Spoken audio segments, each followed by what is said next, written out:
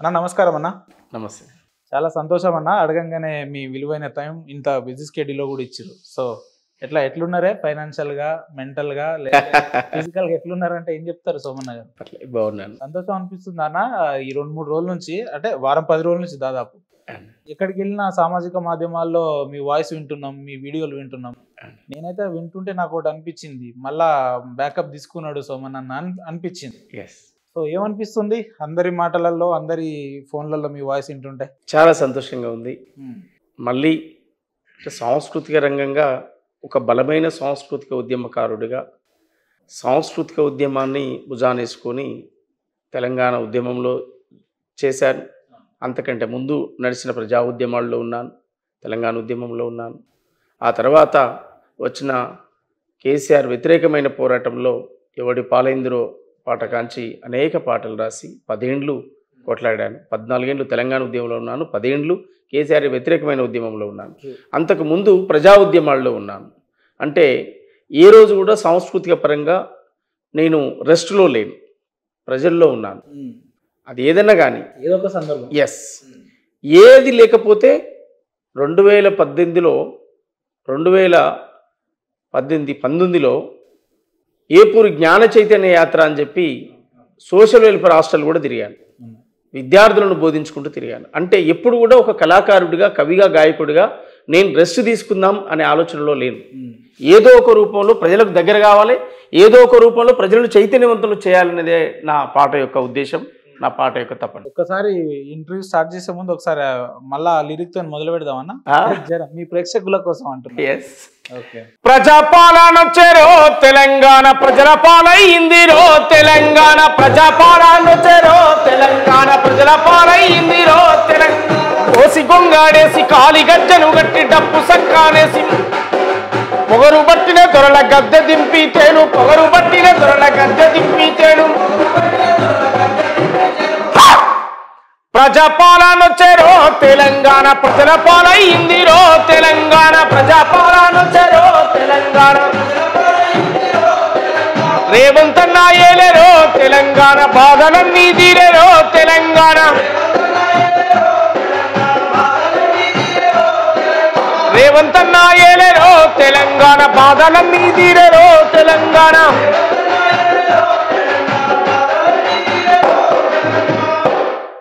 చాలా అద్భుతంగా పాడారు. అంటే మీరు ఫస్ట్ పాట పాడినప్పుడు, కేసీఆర్ గారి ప్రభుత్వానికి వ్యతిరేకంగా పాడినప్పుడు ఎవరి పాలైందిరో తెలంగాణ అని చెప్పి ఆడ క్వశ్చన్ మార్క్ పెట్టి, ఇప్పుడేమో క్లియర్ గా దానికి ఆన్సర్ ఇస్తున్నారు మీరు, ఏమని? ప్రజాపాలన అయింది.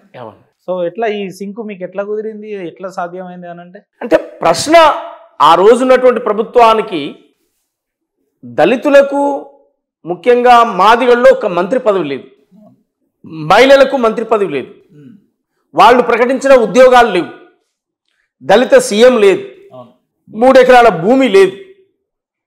వాళ్ళు ప్రకటించినటువంటి అనేక పథకాలన్నీ కూడా మోసపూరితమైనవి కనుక ప్రజలు మాట్లాడుకునే సాధారణమైన భాషను, ప్రజలు మాట్లాడుకునే సాధారణమైన భాషే ఎవని పాలైందిరో తెలంగాణ, ఎవడేలుతున్నడురో తెలంగాణ, ప్రజలు వాడుకునే భాషను మాట్లాడగలిగిన. ఇవాళ దళితులకు 4 మంత్రి పదవులు వచ్చినాయి, ఒక శాసనసభ స్పీకర్గా ఒక దళితుడు ఉన్నాడు, మహిళలకు 2 మంత్రి పదవులు వచ్చినాయి, ఓ గిరిజన బిడ్డ, ఒక బీసీ బిడ్డ, 2 ఆడబిడ్డలకు మంత్రి పదవులు వచ్చినాయి. 75 ఏళ్లుగా స్వాతంత్రం వచ్చిన కాడి నుంచి ఎదురు చూస్తున్న బీసీలకు సంబంధించినటువంటి 42% బీసీలకు రిజర్వేషన్ వచ్చింది. ఈ దేశంలో మొదటిసారిగా కులగణన తెలంగాణలో జరిగింది.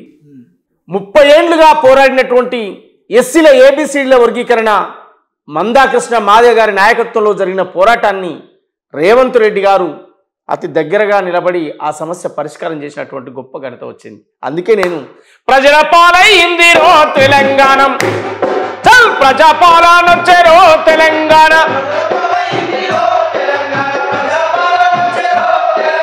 రేవంత్ అన్న ఏలేరో తెలంగాణ, బాధలన్నీ తీరేరో తెలంగాణ.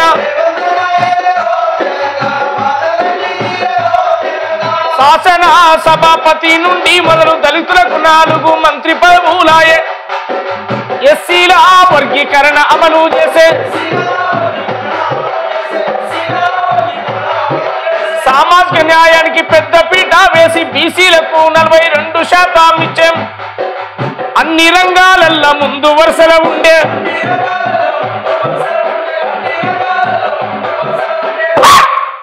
ప్రజాపాలన చెరో తెలంగాణ ప్రజల పాలైందిరో తెలంగాణ.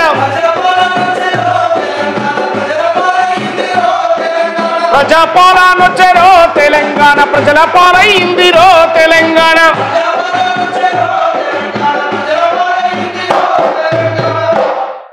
అట్లా ఇవాళ ఒక్కొక్క స్కీమ్ తీసుకున్నా కూడా రైతు భరోసా కానీ, రైతు బీమా కానీ, రైతు రుణమాఫీ కానీ, తర్వాత నీకు ఉచితమైన బస్సులు కానీ, ఆడబిడ్డలకు బస్సులు కానీ, సన్నబియ్యం కానీ, ఇవాళ దేశమే గర్వించేదగ్గ విషయం ఇంటిగ్రేటెడ్ స్కూల్. దాదాపు ఒక్కొక్క కాన్స్టిట్యున్సీకి 200 కోట్లతోటి ఇవాళ ఒక చారిత్రాత్మకమైనటువంటి కార్యక్రమాలు ఇవాళ ప్రభుత్వం తీసుకుంది. ఈ ప్రభుత్వం తీసుకున్నటువంటి స్కీములు, ఈ పథకాలన్నీ కూడా ఏ ప్రభుత్వాలు వచ్చినా పథకాలు పెట్టవచ్చు, సహజం అది. కానీ ప్రజాపాలనలో ఏడాదిన్నర కాలంలోనే వేలాది కొలువులు భర్తీ చేసిన చరిత్ర ఉంది రేవంత్ అన్న ప్రభుత్వానికి. తర్వాత హిస్టారికల్ విషయాలు ఏంటంటే 30 ఏళ్ల ఉద్యమం నా లైవ్లో కళ్ళ ముందు చూశాను. మాదిగా దండోరం ఎంఆర్పి జెండేరో మందా కృష్ణ మాదిగరో మా గుండె బలమేరో. వాడలోకి పోయి డప్పులు కొట్టి పాడిన ఎయిర ఎయిర దండోరం మాది గన్నల దండోరా, ఎయిర ఎయిర దండోరం మాది గన్నల దండోరా, ఎయిర ఎయిర దండోరం మాది గన్నల దండోరం, ఎయిర ఎయిర దండోరం ఎయిర ఎయిర మాది గన్నల మానవ హక్కుల ఆ మరలా పడ్డం ఆ పోరాటాల ఎయిర ఎయిర దండోరం మాది గన్నల దండోరా, ఎయిర ఎయిర దండోరం మాది గన్నల మండే నిప్పుల మండే నిప్పుల మాది గయ్యల మాది గయ్యల ఉపకులాల. అట్లా ఒక హిస్టారికల్ ఉద్యమం నడిచింది. పల్లె నుంచి ఢిల్లీ వరకు గుండె చప్పుడు మోగించిన దండోర ఉద్యమం. ఇవాళ రేవంత్ అన్న దాన్ని పరిష్కరించాడు. 30 ఏళ్ల పోరాటం. అసలు దీనికి ముగింపు ఉందా అనుకున్నాం. సుప్రీంకోర్టు రిపోర్ట్ వచ్చిన తీర్పు వచ్చిన వెంటనే అసెంబ్లీలో మొట్టమొదట ప్రకటించి దేశంలో నేనే మొట్టమొదటి అమలు చేస్తాను ముందుకు వచ్చాడు. అది హిస్టారికల్ పాట. మేము ఎలా ఒప్పుకుంటాం? ఆ హిస్టారికల్ పనిచేసినప్పుడు ఒక గాయకుడిగా, కవిగా, తెలంగాణ గడ్డ మీద పుట్టిన బిడ్డగా, ఈ జాతిలో పుట్టిన బిడ్డగా మాకు ఒక ఫలం వచ్చినప్పుడు ఆ రోజు ఫలాలు రాలే. మాదిగా మహావీరులారాం అని పాట గొంతెత్తి పాట పాడినాం. ఎయిరెయిర దండోర్ అని పాట పాడినాం. ఇవాళ ఫలాలు వస్తున్నాయి, దాన్ని స్వాగతిస్తూ చెప్పాలి కదా. అందుకే చెప్పాను నేను. వర్గీకరణ వచ్చిందో మాదిగా పల్లెలకు, ఉపకులాల వాడలకు, రాజ్యాంగం హక్కు దక్కిందో మా జాతి బిడ్డలకు, చదువుకునే తమ్ముళ్లకు, మా మాది గోళ్లకు రేవంత్ అన్న గుండె బలం అయ్యిందో. ఏండ్లా తరబడి తండ్లాట కాంగ్రెసు సర్కారు తీర్చిందో. వర్గీకరణ వచ్చిందో మాదిగా పల్లెలకు, ఉపకులాల వాడలకు, రాజ్యాంగము హక్కు దక్కిందో మన జాతి బిడ్డలకు, చదువుకునే తమ్ముళ్లకు. డప్పులు కొట్టే మాది గోళ్ళ గుండె సప్పుడు విన్నావాడు, గుండె సప్పుడు విన్నావాడు, మానవత్వం ఉన్నవాడు మహనీయుడు రేవంత్ అన్న, మహనీయుడు రేవంత్ అన్న, మహనీయుడు రేవంత్ అన్న. డప్పులు కొట్టిన మాది గోళ్ళ గుండె సప్పుడు విన్నావాడు, గుండె సప్పుడు విన్నావాడు, ఆహా చెప్పులు గుట్టిన మాది గోళ్ళ చెమట నెత్తురు చూసి నోడు, పడావు పడ్డ మాదిగా వాడల జాడలాను వెతికినాడు, జాడలాను వెతికినాడు. మా మాది గోళ్ళకు రేవంత్ అన్న గుండె బలం అయ్యిండో. ఏండ్లా తరబడి తండ్లాట కాంగ్రెసు సర్కారు తెచ్చిందో. వర్గీకరణ వచ్చిందో మాదిగా పల్లెలకు, కులాల వాడలకు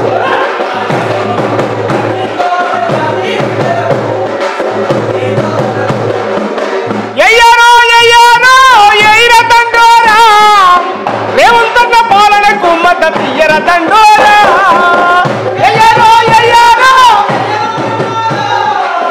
రేవంతన్న పాలనకు మద్దతు ఇయ్యర తండోరా ఎయ్యారో ఎయ్యారో ఎయిర తండోరా జాతినంత ఏకం చేసి జాతర చేద్దామురో వర్గీకరణ వచ్చిందో ఆదిగ పల్లెలకు కులాల వాడలకు రాజ్యాంగం హక్కు దక్కిందో మా జాతి బిడ్డలకు. ఇటు వర్గీకరణ అంశంలో రేవంత్ రెడ్డి గారిని ప్రధాన పీట వేస్తున్నారు. ఇప్పుడు ఈ ప్రజాపాలన పాటలో కూడా ముఖ్యమంత్రి గారికే ప్రధాన పాత్ర వేసారు. అంటే ఎట్లా ముఖ్యమంత్రి గారిని అంటే ఇనిషియేట్ తీసుకోవడమే సోమనన్న ఎజెండాగా పనిచేస్తుండే ఎట్లా పని చేయను ఎవరి పాలైందో అని తిట్టినాం. మరి పని చేసిన ఆయనను చేసిండని చెప్పాలన్నా వద్దా? 30 ఏండ్ల మా ఉద్యమంలో 19 మంది అమరవీరులైనరు, 30 ఏళ్ళు పోరాటం నడిచింది, వేలాది మంది కేసులో విండ్రు, జైళ్ళు అయినాయి. 30 ఏండ్ల ఉద్యమాన్ని గుర్తించి మాదిగల సమస్య ఇది ఉంది అని చెప్పి, మాదిగలే కాదు మాదిగ ఉపకులాలు ఎస్సీల్లో 58 కులాల సమస్య ఇది సమస్య క్లియర్ అయితే ఆ జాతులు కలిసి ఉంటాయి, వాళ్ళు ఆత్మగౌరవంతో బతుకుతారు, వాళ్ళు ఐక్యంగా ఉంటారు, వాళ్ళ మధ్యన ఏ తేరతమ్యాలు రావు, సామాజిక న్యాయం వచ్చి వాళ్ళ ఐక్య కలిసి ఉంటారు అనేటువంటి గొప్ప ఆలోచన కదా. అందువల్ల మంచి చేసినప్పుడు మంచి చేసినామని పొగడాలి కదా, చెప్పాలి కదా. చెడు చేసినప్పుడు మాట్లాడినాం కదా. అందువల్ల చేసినటువంటి వ్యక్తిని చేసిండని చెప్పక తప్పదు కదా, అది చరిత్రే కదా. ఇప్పుడు ఏదైనా మంచి పని మీరు చేశారనుకో, పలానా సిగ్నేచర్ స్టూడియో ఇది చూపించిందని చెప్పమా? మరి అది కూడా తప్పే అవుతుందా? అందువల్ల అద్భుతంగా మా జాతి గూడాలకు పిలిచి వాడలకు పిలిచి డప్పులతోటి స్వాగతం పలికి దండోరేసి ఇన్ని రోజులు నిరసన డప్పులు కొట్టినాం, ఇన్ని రోజులు సావుల డప్పులు కొట్టినాం, ఇప్పుడు పండుగ డప్పులు పాటలు పిలిపించినాం కదా. జాతినంతా ఏకం చేసి జాతర చేద్దామురు, జాతిని ఏకం చేసి జాతర చేయాలని చెప్తున్నాం. మా ఆత్మగౌరవం మా హక్కుల కోసం కొట్టినటువంటి ఈ డప్పులు మా సంతోషం కోసం కొట్టుకోవద్దా? ఒక పూట 30 ఏండ్ల కళ నిజమైన వేళ మా ఆనందాన్ని కూడా పంచుకోవద్దా? ఎస్, అందుకనే అట్లా బీసీలు. కానీ వర్గీకరణ అంశంలో మీరు గతంలోనే ఒక పాట పాడారు అన్న, చెప్పులు కుట్టే చేతుల్లో చరిత్రలు రాయాలి, మా రోజులు రావాలన్నారు. ఎస్, అంటే మా రోజులు రావాలి, అణగారిన వర్గాలకు అధికారం రావాలని చెప్పి మీరు ఆనాడే ఊహించారు అన్నమాట. Yes right. ఎస్, అంటే ఇట్లా ముందు చూపుతోటే ఏ పాట పాడినా లేదంటే ఏ మెసేజ్ పంపినా సోమన్న గారు ముందు చూపుతోటి పనిచేస్తాడా? ఖచ్చితంగా. 50 ఏళ్ళకి ఏం జరుగుతుందో ఇప్పుడు చెప్పగలుగుతాం కదా.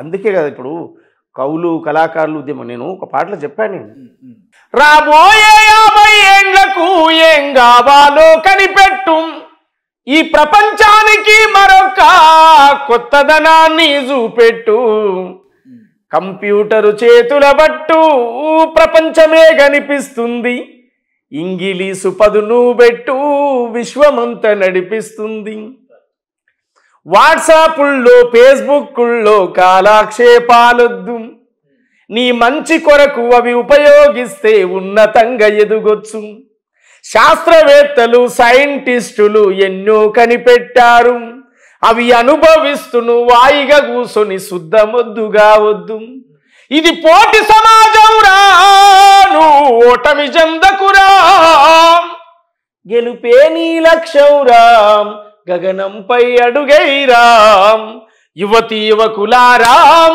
విద్యార్థి తమ్ములారాం, మహనీయుల దారిలో నడవాలి, మరో చరిత్రను రాయాలి, ఈ సమాజం అనేటి పుస్తకంలో మీరు చెరగని చరిత్రలు అవ్వాలి, కంప్యూటరు చేతుల పట్టు ప్రపంచమే కనిపిస్తుంది, ఇంగిలీసు పదును పెట్టు విశ్వమంతా నడిపిస్తుంది, ఇంగిలీసు పదును పెట్టు విశ్వమంతా నడిపిస్తుంది. భవిష్యత్ 50 తరాలు ముందు ఏం జరుగుతుంది అంటే ఒక పాటను రాసినప్పుడు కొన్ని పాటలు అలా హిస్టరీలో మిగిలిపోయే పాటలు కొన్ని ఉంటాయి, కొన్ని 50 ఏళ్ళైనా పాడుకునే పాటలు ఉంటాయి, కొన్ని అప్పటికప్పుడు తాత్కాలిక సమస్యల కోసం పాడు. ఎన్నేళ్ళు పాడతాడు ఏపూరి సోమన్న ఇదే రకంగా? అంటే 50 ఏళ్ళు అంటే చనిపోయే వరకు పాటలు పాడుతూనే ఉంటాడా? ఎస్, ఏపూరి సోమన్న ఏ వెలివాడలైతే పల్లెం కొట్టి తోలుడప్పు కొట్టి కోలాటమాడి డప్పు కొట్టి పాట పాడి ఏ వెలివాడ నుంచి వచ్చాడో ఏపూరు సోమన్న ఒక వెలిశాలలో కూర్చొని ఒక చెట్టు కింద కూర్చొని ఓ డప్పు కొట్టుకుంటూ కూర్చొని ఒక 30 ఏళ్ల క్రితం పాటలు పాడిన ఏపూరు సోమన్న ఇవాళ ఆయన గలం గర్జన ప్రపంచమే వింటుంది కదా. ఏదో ఒక రోజు ఏపూరు సోమన్న అనుకునే గోల్ రీచ్ అవుతాడు. ఏదో ఒక రోజు ప్రజలందరి ఆశీర్వాదం ఉంటుంది. ఖచ్చితంగా ముందుకు వెళ్తాం.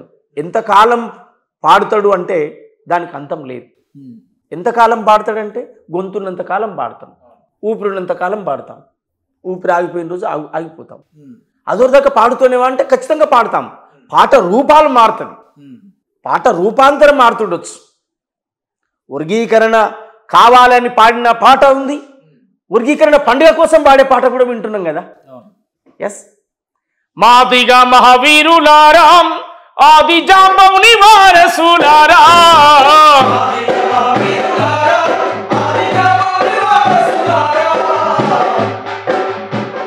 ఇది నా దుఃఖాన్ని చెప్పాను, అమరవీరుల త్యాగాన్ని చెప్పాను.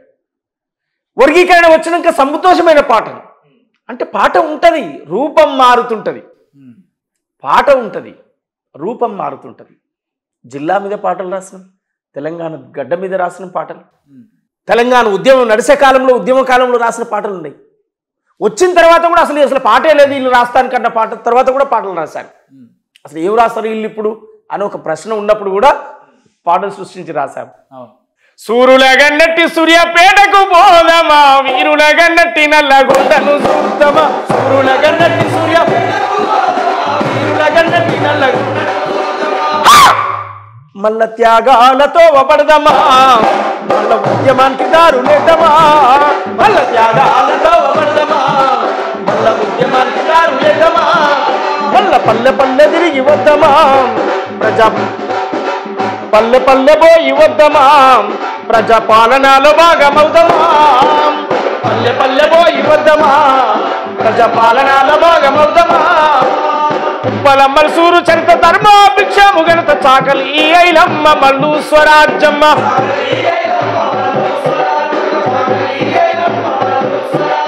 యుద్ధ గీతి శుద్ధాల బండి యాదగిరి మా రోజు వీరన్న మన పెళ్లి లలితక్క,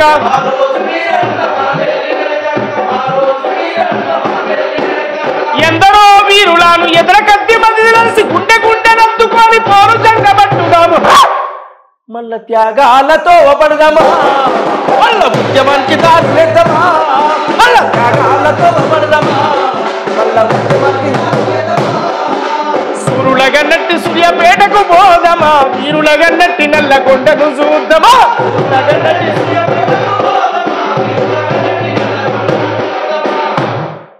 ప్రాంతాల గొప్పతనాలు కూడా చెప్పిన సందర్భాలు. ఎస్, అంటే మీరు ఎప్పటివరకు పాడతారంటే అంటున్నాను నేను. పాట ఏడాగుతుందన్నా రూపాంతరం చెందుతుండొచ్చు, పాట రూపాంతరం చెందుతుండొచ్చు.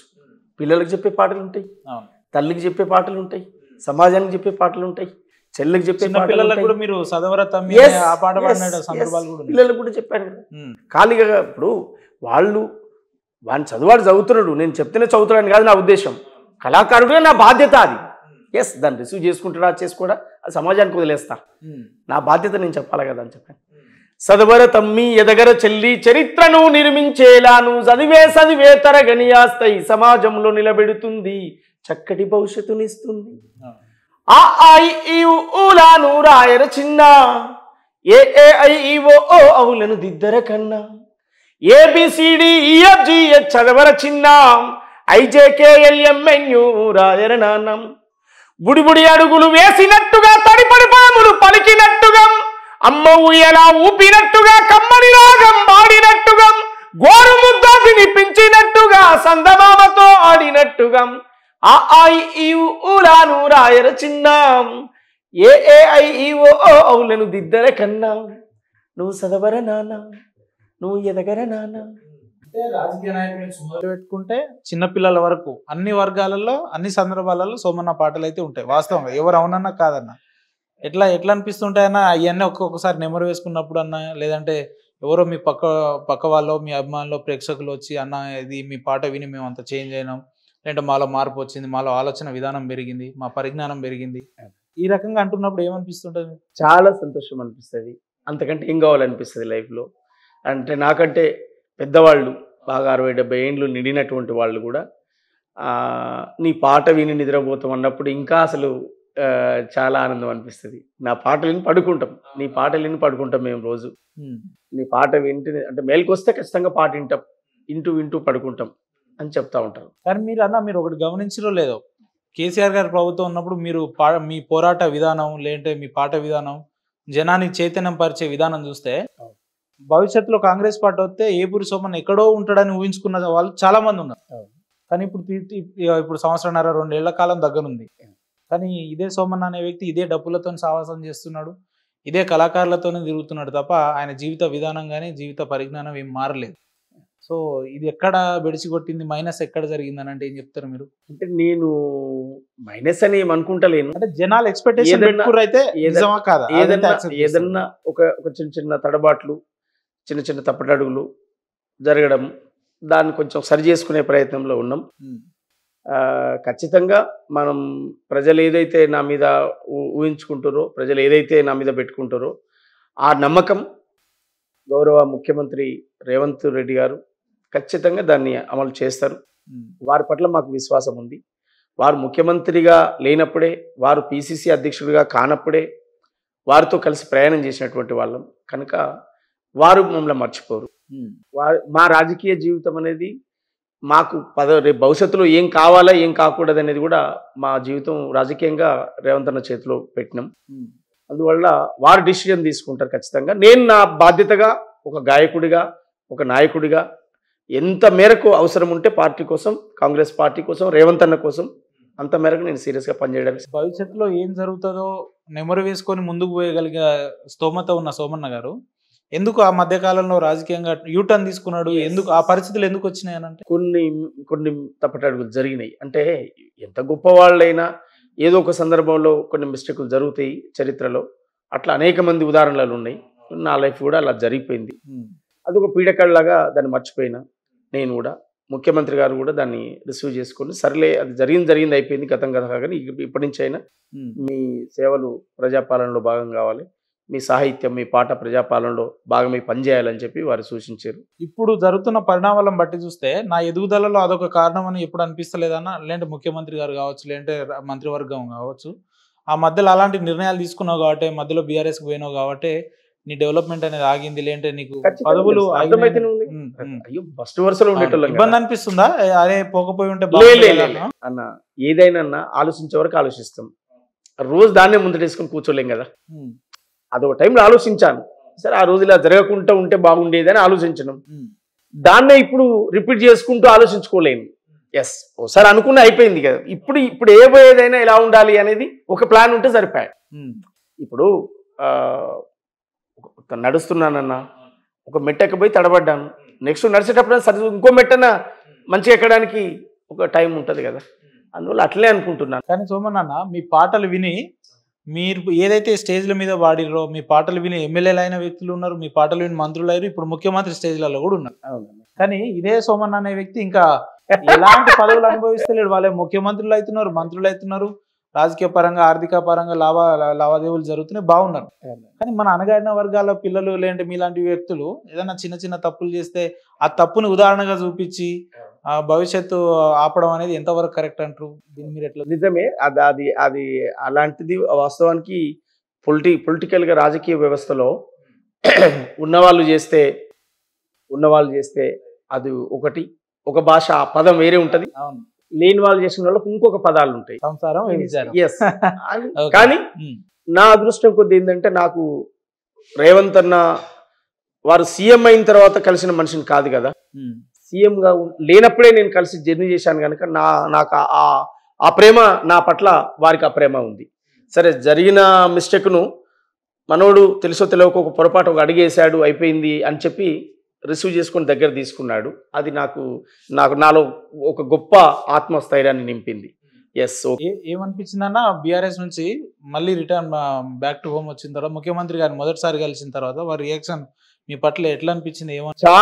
చాలా రిసీవ్ చేసుకున్నాడు. చూడగానే ఇమీడియట్లీ పిలిచి దగ్గర పిలిచి భుజం మీద చేసి ఏమైపోయావు, ఎందుకు ఇలా జరిగిపోయింది, సరే గతం కదా జరిగింది అయిపోయింది, టచ్లో ఉండు, కలువు, పని చేసుకో, పనిలో ఉండు, నేను సమయం వచ్చినప్పుడు నేను తప్పకుండా నేను స్పందిస్తా, సమయం వచ్చినప్పుడు నేను చూస్తా, నేను ఖచ్చితంగా నీకు ఏదో ఒక రకంగా న్యాయం చేస్తా. రాజకీయ హామీలు ఏమన్నా భవిష్యత్తులో ఖచ్చితంగా ఇంకా 20 ఏళ్ళైనా 30 ఏళ్ళైనా నేను నా రాజకీయ జీవితం రేవంత్ అన్నతోటే ప్రయాణమై సాగుతాయి. ఇవాళ ఏదో ముఖ్యమంత్రిగా ఉన్నారు అని కాదు, రేపు నేను ఏ పొజిషన్కి వెళ్ళాలన్నా వారి చేతిలోనే ఉంది. ఎందుకంటే ఆ రోజే ఏం లేని రోజే నేను వెంటబడి ఎమ్మటి తిరిగాను కనుక నేను వదిలిపెట్టే ప్రసక్తి ఏం లేదు. అధికారంకి వచ్చిన తర్వాత అన్న వాస్తవంగా చాలా మంది గాయకులు వస్తున్నారు, పాడుతున్నారు, పర్లేదు, వినడానికి బానే ఉంది.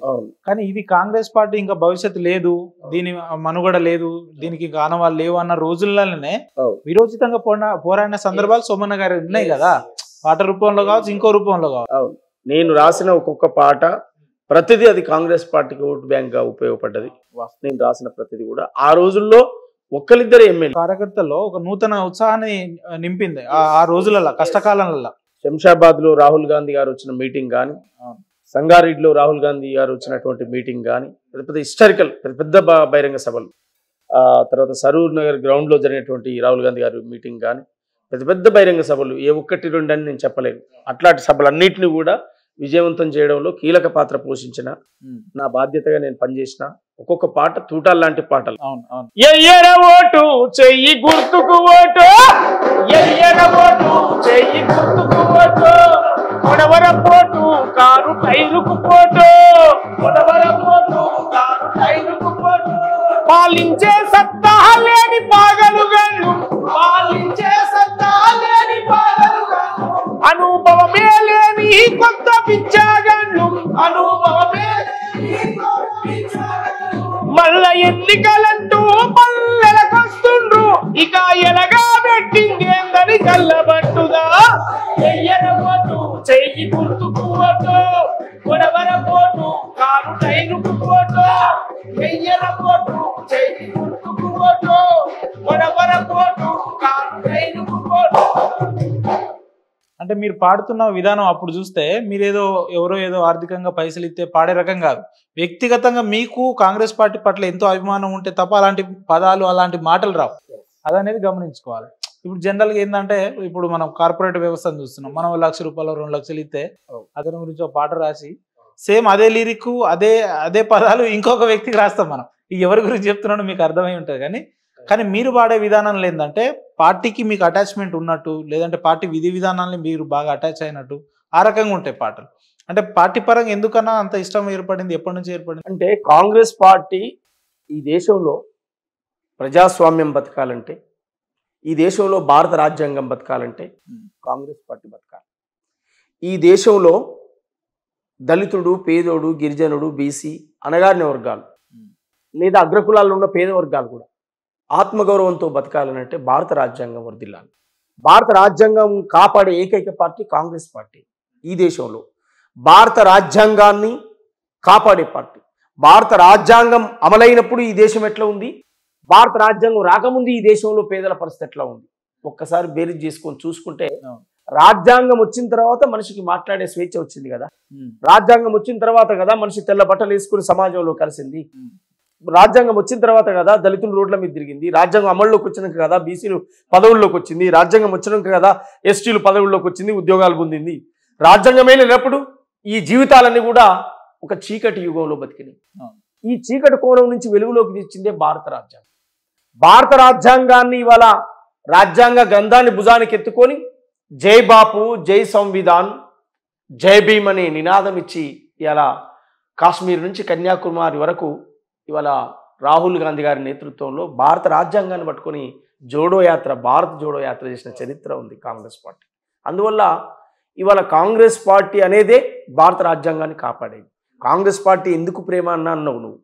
కాంగ్రెస్ పార్టీ అంటే ఎందుకు ప్రేమ అంటే బ్యాంకులను జాతీయం చేసింది, కాంగ్రెస్ పార్టీ పనికాహార పథకం తీసుకొచ్చింది, కాంగ్రెస్ పార్టీ ప్రాజెక్టులు కట్టింది, కాంగ్రెస్ పార్టీ గరీబ్ హఠావ్ అనే నినాదాన్ని తీసుకొచ్చింది, కాంగ్రెస్ పార్టీ ఇండ్లు లేని పేదల గుర్తించి ఇండ్లు కట్టింది, కాంగ్రెస్ పార్టీ ఇందిరాగాంధీ పీరియడ్లో భూములు వంచింది. కాంగ్రెస్ పార్టీ చేసినటువంటి సేవలు ఒక హిస్టారికల్ సేవలు, అవి చరిత్రలో మర్చిపోలేని. పేదోడికి ఆహారం ఇప్పుడు పేదోడికి ఒక 2 నెలలు 3 నెలలు ఒక పని కల్పించేటువంటి ఒక చట్టాన్ని చేసింది. ఇది ఖచ్చితంగా కలిపేయాలని చట్టంలో చేసింది. అది ఎంత హిస్టారికల్. ఏ పని లేకపోతే ఎలా బతుకుతాడు సామాన్య మానవుడు? ఇప్పుడు బిజినెస్లు వ్యాపారంలోనికి ఆ పని విలువ తెలకపోవచ్చు, కానీ ఆ పని మీదనే ఆధారపడి బతికేటోడు. అంటే ఇవన్నీ కూడా ఉన్నాయి కనుక ఒక హిస్టారికల్ కాంగ్రెస్.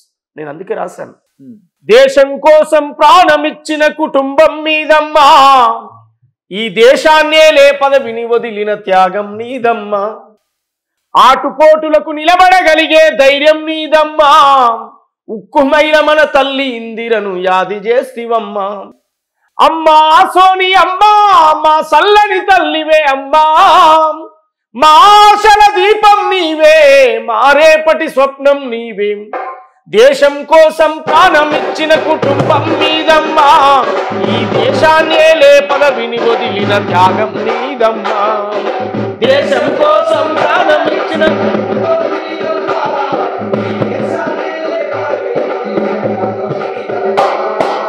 ఆటుపోటులకు నిలబడగలిగే ధైర్యం నీదమ్మా, ఉక్కుమైల మన తల్లి ఇందిరను యాది చేస్తివమ్మా, ఉక్కుమైల మన తల్లి ఇందిరను యాది చేస్తివమ్మా, అమ్మా సోని అమ్మా మా సల్లని తల్లివే అమ్మా,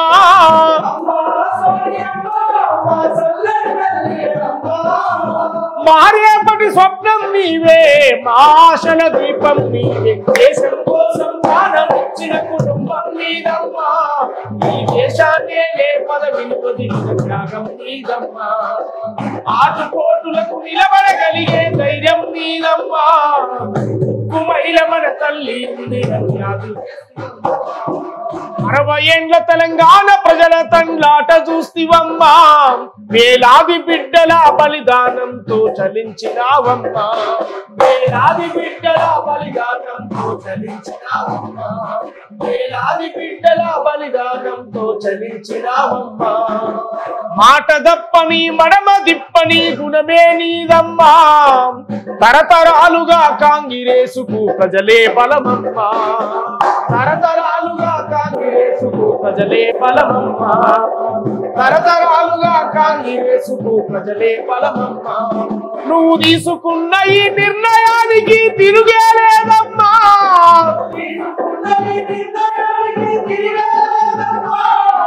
తెలంగాణలో కాంగ్రెసుకు ఎదురే లేదమ్మా, దేశం కోసం ప్రాణమిచ్చిన కుటుంబం మీదమ్మా, ఈ దేశాన్నే పదవిని వదిలిన త్యాగం మీదమ్మా, ఆటుపోటులకు నిలబడగలిగే ధైర్యం మీదమ్మా, కుమైల మన తల్లి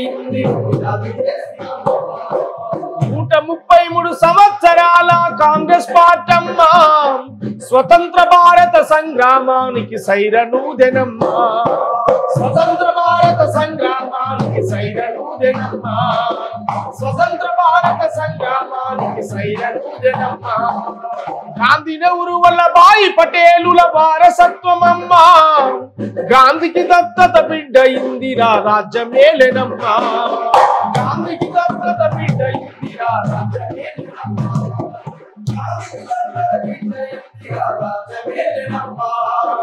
దేశద్రోహుల బాంబుల దాడికి బలైపోయానమ్మా,